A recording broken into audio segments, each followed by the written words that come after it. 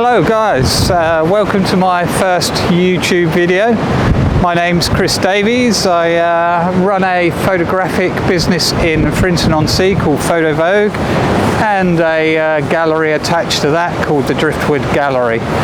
It's a print shop, and we do weddings, photography, landscape photography, print canvases, all kinds of things like that, and also have a lot of exhibitions at the gallery, which is doing really well. So my passion is landscape photography, and we're here today in an unusual spot. This is the old remains of Sventoji Pier, which is on the Baltic coast in Lithuania. So hopefully the weather's a bit better than yesterday, so hopefully we'll get a few nice long exposures and interesting seascapes of this lovely old pier. So I've got with me today the Nikon Z7 II with the 24-120 lens, great combination for landscape photography, and I'm trying this KNF Concept KF28 I believe, or KF2B travel tripod. Compositionally, we're going to need to be fairly quick because the tide actually flows through the back side of this pier and then floods this area. So we're going to take a few shots here, and then we'll need to go to the other side of the old pier. So what I've got is I've got the reflections in the wet sand in the lower portion of the composition. Obviously you've got the length of the old pier with the water bursting through at the end, and then you've got an interesting sky. Unfortunately we haven't got any sun at the moment, so it's going to be a long exposure. We are in the lee of the pier, which means that the wind's not getting us as strong. So yeah, I'll give it a go and see what the exposure looks like. So I'm going to use a 4-stop neutral density filter and a graduated filter for the sky,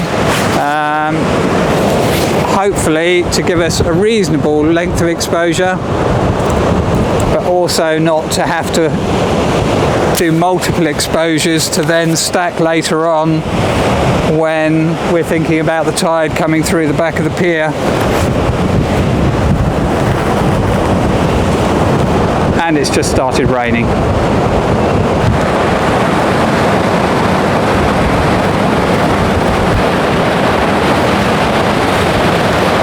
So I've just set off a 60-second exposure.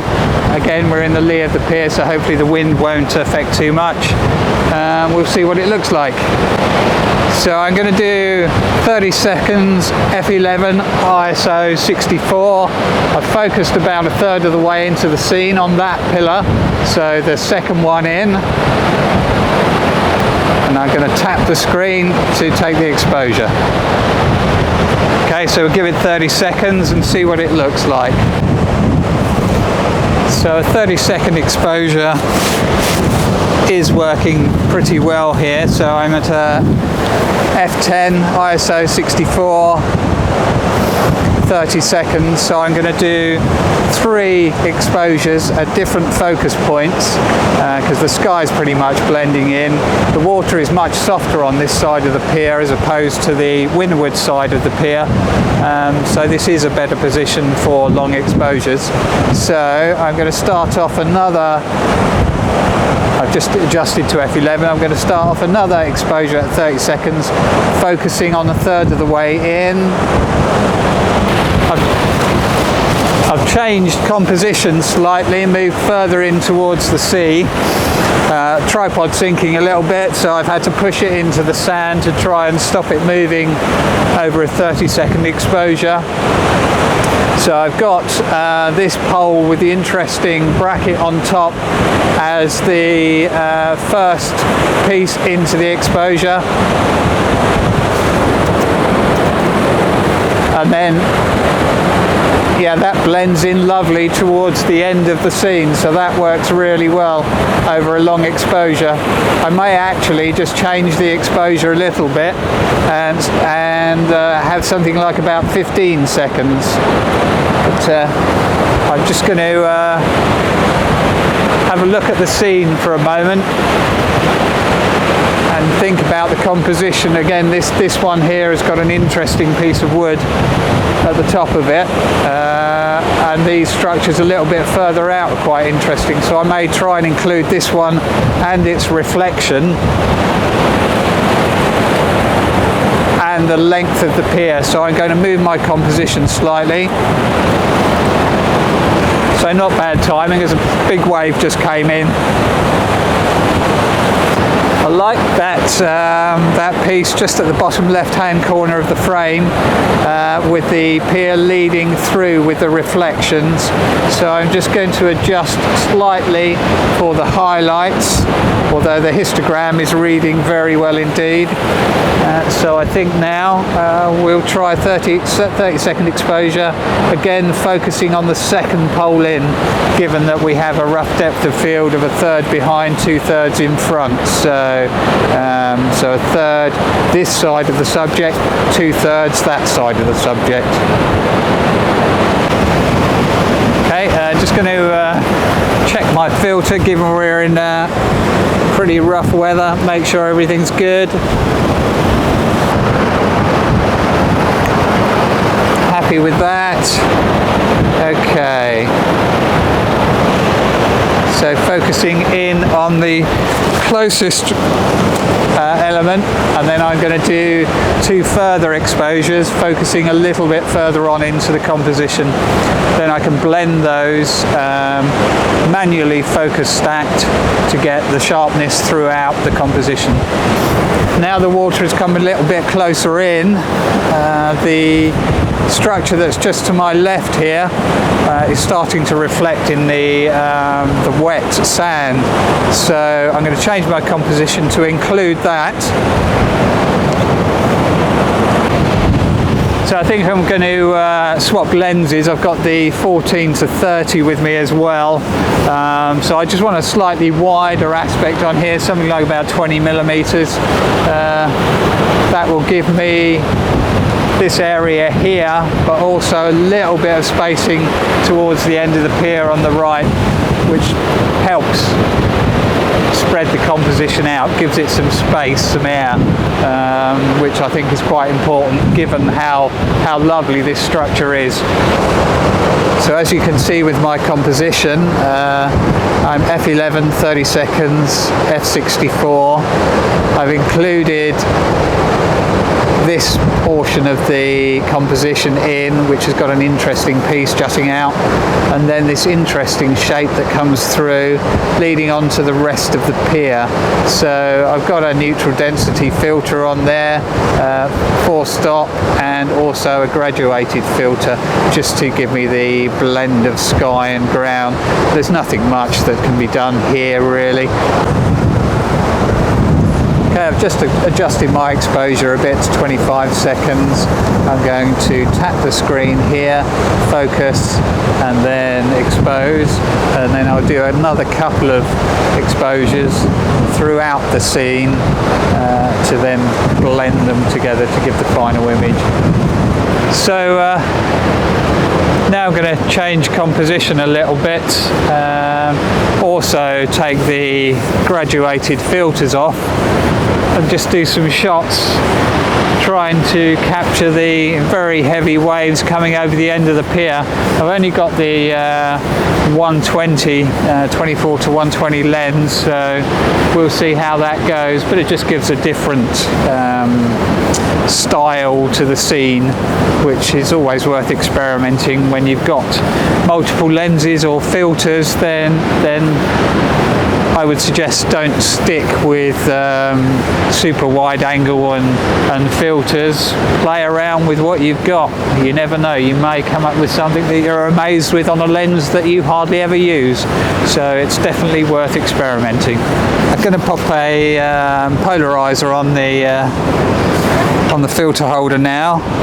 And just to give me a little bit of a change in shutter speed, just slow the shutter speed down a little bit.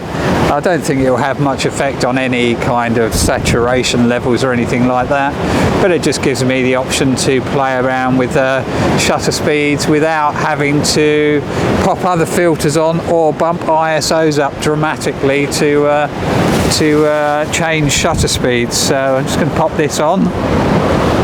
I've turned the camera away from the wind and the weather so that I can get the filter on without having to clean it, and then we'll turn around and have a play with the composition again.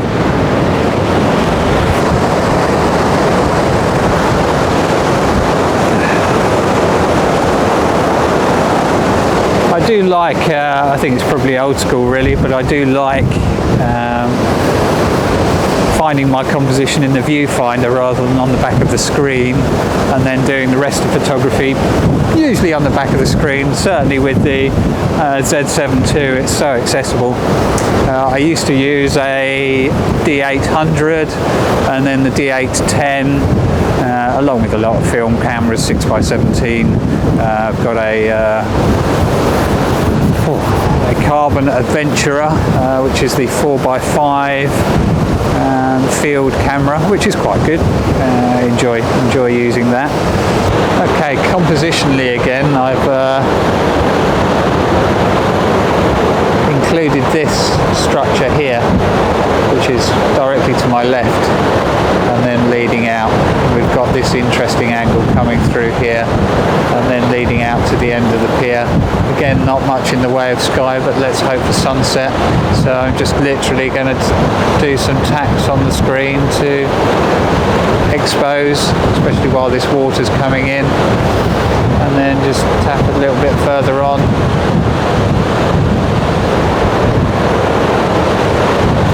So I can then blend them together afterwards. So that's kind of the exposure we've got at the moment.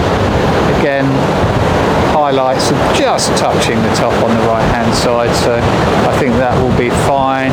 Shadow details over on the left, I can increase exposure a little bit to bring that up. So we've got some more shadow detail in here. We're at f13, ISO 64, 1 second. Again, we're in the lee, so camera's not moving. I'm just literally touching through the composition to get my 3 focus points to stay. I haven't seen Sventoji vlogged before, and it's certainly a really lovely structure. So if anybody's coming out to Lithuania and landing in Palanga airport, then this location is 10 kilometers north. Quite easy to find, literally one straight road, and then down to the coast at Sventoji. And there are 2 structures. One I can see about 500 meters north of me, but this is the old pier at Sventoji. Palanga has quite a nice pier, very similar to the piers you get in England and all over the world really. Yeah, it's very similar to Walton Pier, Clacton Pier, not so much in terms of amusements, but still a nice pier to walk on, especially in the deep freeze of the Baltic. I've been here when it was -20 and there were icebergs washing up on the beach, which was very cool. So I don't know whether you can see from the back of my camera here, I've changed the composition slightly, only slightly, to allow for separation between the 3 elements here. So we've got this interesting angle that leads up to the central pole or column there from the pier, and then the piece of wood overhanging on this side. We've also got a little bit of steel jutting out on this side, which doesn't quite touch. So there's a nice piece of separation in the first third of the composition, and then it leads you throughout the composition to the the end. So changing my composition has allowed me to get separation between all of those elements there. Also, we've got separation between the last column here and the center edge of the frame. So yeah, I think that works really well. That's what landscape photography is all about. If you're not here to try, you're not going to get the picture.